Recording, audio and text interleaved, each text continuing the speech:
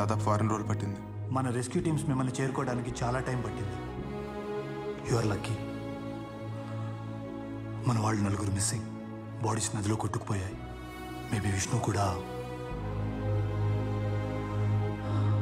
We have another bad news. Vishnu wife హైదరాబాద్లో చనిపోయారంట. సాయిబా చనిపోయిందా? ఎలా?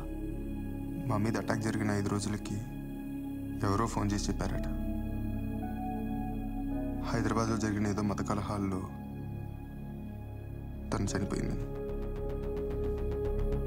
Last year Muharram జులూస్లో హైదరాబాద్లో జరిగాయి కదా.